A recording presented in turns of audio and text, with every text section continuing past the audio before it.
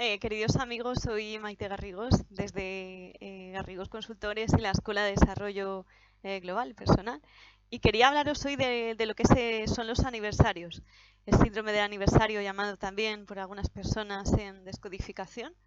¿Y qué significa esto? Yo misma lo he pasado, de hecho cuando era el aniversario de alguna muerte de algún ser querido bastante próximo, pues he llegado a hacer verdaderas burradas como irme al sitio donde antes celebrábamos nuestros aniversarios y cenar sola, etcétera, etcétera.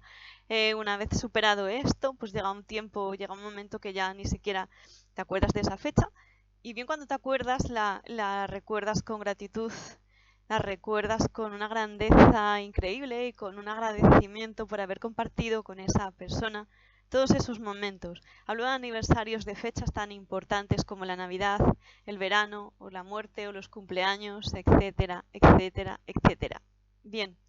entonces se trata de eliminar lo que es el resentir de estos sentimientos, eliminar lo que es la emoción retenida para poder cambiarla por agradecimiento, por condescendencia y por saber estar en momentos importantes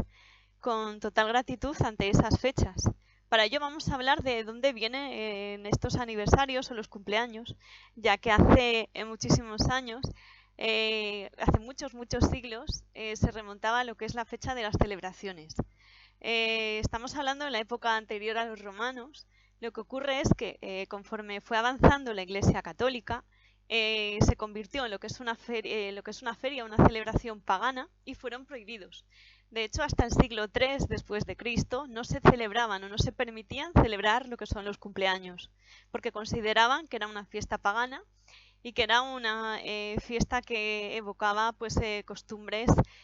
no regladas para lo que es la Iglesia Católica o judeocristiana en la que yo, por ejemplo, me he educado. Entonces, los historiadores de esta época, además podéis consultarlo en un montón de fuentes distintas, conmemoran luego lo que es el aniversario de Cristo, que coincide, que es el día 24 de diciembre, como todos sabemos, y a partir de ahí, como sí que se celebra el aniversario de Cristo, pues parece una contradicción que la gente no empiece a celebrar sus propios aniversarios de nacimiento. Y a partir de nacer Cristo, pues se vuelve a recuperar lo que es la costumbre de celebrar lo que son los aniversarios. Cuando estamos pasando un duelo, cualquier duelo por fastidiado que sea, tanto simbólico porque se ha terminado una relación, como un duelo real porque se ha muerto una persona llegada a nosotros,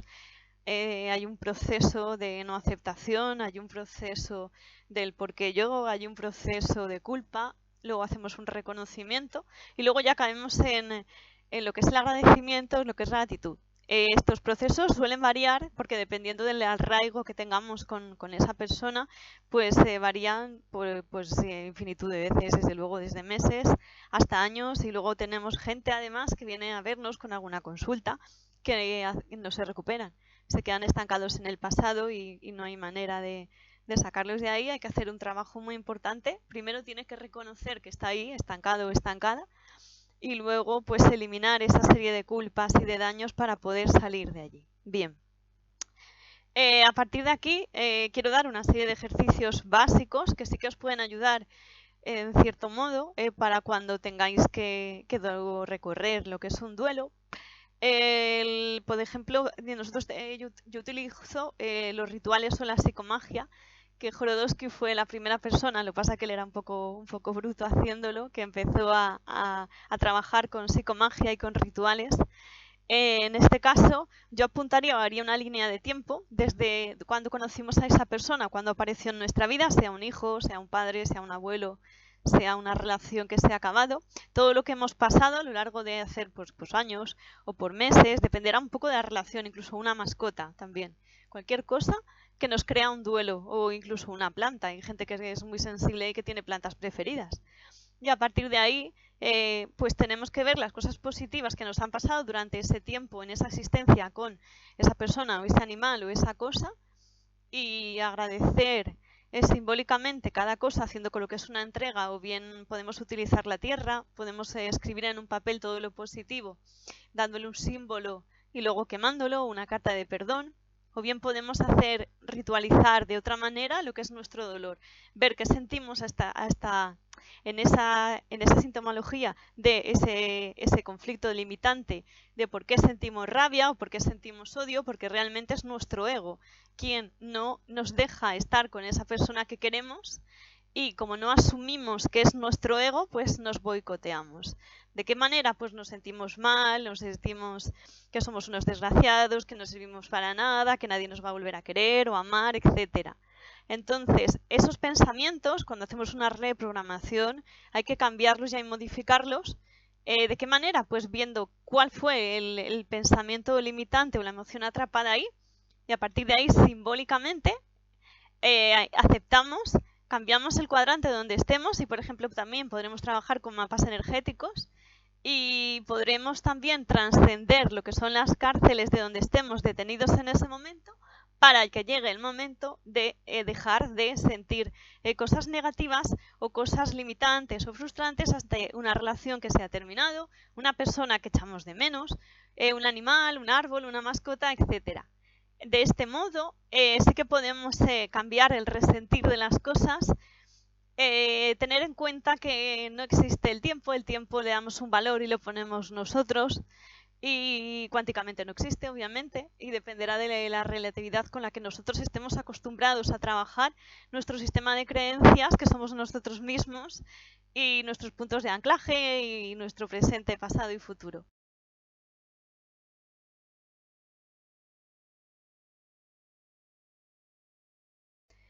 Ahora vamos a hablar de diferentes duelos en particular. Por ejemplo, si nosotros tenemos o hemos recibido o nos ha pasado que hemos tenido un aborto, por ejemplo, yo he estado muchísimos años en alguna asociación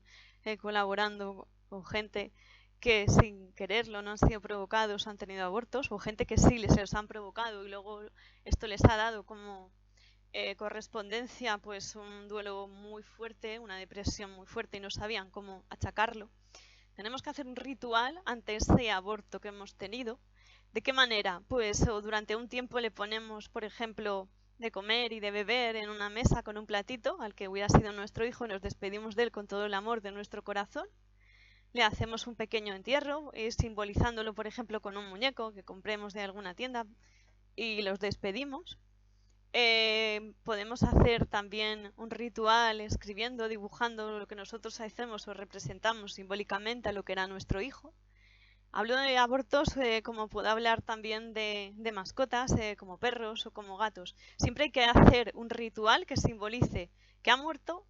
que se le entierra y que se le despide con honores y con dignidad. ¿Para qué? Para que a través de este despido de esta persona o de esta futura persona que teníamos toda la esperanza y que ha sido muy importante en nuestra vida, podamos ayudar a nuestro inconsciente a cambiar ese resentir, a aceptar lo que es esa muerte, que no existe la muerte, existen los cuerpos que tenemos en esta encarnación y que en el momento adecuado todos abandonamos porque somos espíritus eternos y que dependerá del nivel de evolución de cada persona, pues volveremos o no volveremos, o estaremos encarnados en una parte o en otra, o en una existencia o en otra, en un tiempo, etcétera. Eso ya dependerá de cada persona o cada esfera de evolución se elige.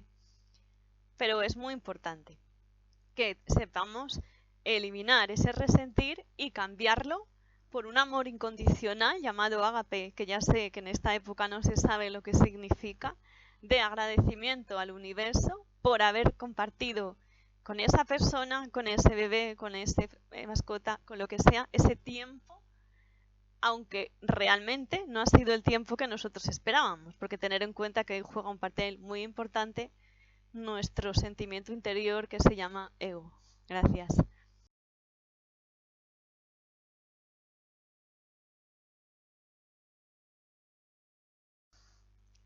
Hola, en esta tercera parte vamos a hablar del duelo a los niños. Si nosotros tenemos a nuestro cargo lo que es un niño, al cual ha tenido que enfrentarse a lo que es una muerte, bien de un ser querido, sea un padre, sea una madre, sea un abuelo, sea una mascota, bajo mi punto de vista y según toda mi experiencia, lo principal es no mentirle. Es decir, tienen que afrontar lo que es la situación de la mejor manera posible, hablarles con todo el amor de nuestro corazón, diciéndoles la verdad, que si su papá o su mamá están enfermos o su abuelo,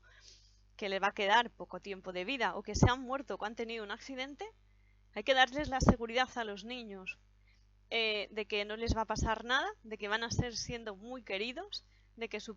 peligro no va a tener lo que es el futuro de ellos, que no va a peligrar ir a su colegio, su estancia, etcétera, y a partir de ahí acompañarles en hacer un duelo, sea bien una carta simbólica, bien acompañándoles al cementerio y entregando unas flores,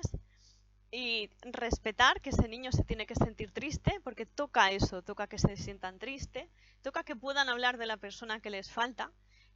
toca que puedan llegar a comprender que no somos eternos, que somos vulnerables y que esa persona, bajo ese aspecto, no estará con ellos en un tiempo. No hace falta traumatizar ni hacer ningún teatro, simplemente contar la verdad, contarla con equidad, con equilibrio con el corazón y siendo muy coherentes con nosotros mismos y con ellos. No olvidemos que los niños son los grandes protagonistas de nuestra vida, que ellos vienen a enseñarnos muchísimas cosas que son mucho más fuertes que nosotros y a la vez más vulnerables en cuanto a que se sientan engañados o mentidos. Puedo hablar de un duelo, puedo hablar de un divorcio, puedo hablar de una separación, puedo hablar de una muerte sobrevenida o puedo hablar de una muerte anunciada, porque hay un proceso de lo que es la maduración y el término de una enfermedad de un ser querido. A partir de ahí tendríamos que hablar con los niños casi a diario, si tenemos la oportunidad, o si no, pues cuando estemos con ellos, para ver cómo se sienten, qué sienten, pero también hay que evitar agobiarles, es decir, no hay que estar todo el día encima de ellos. Ellos tienen que seguir haciendo su vida. Sí que es verdad que pasará lo que es un periodo de tiempo que estarán un poco más tristes, un poco más distantes, fríos, etcétera. Dependerá de las reacciones emocionales de cada niño, que también depende de sus creencias, de su tipo de educación, de cómo sea cada niño, si es introvertido, si es extrovertido, etcétera. Pero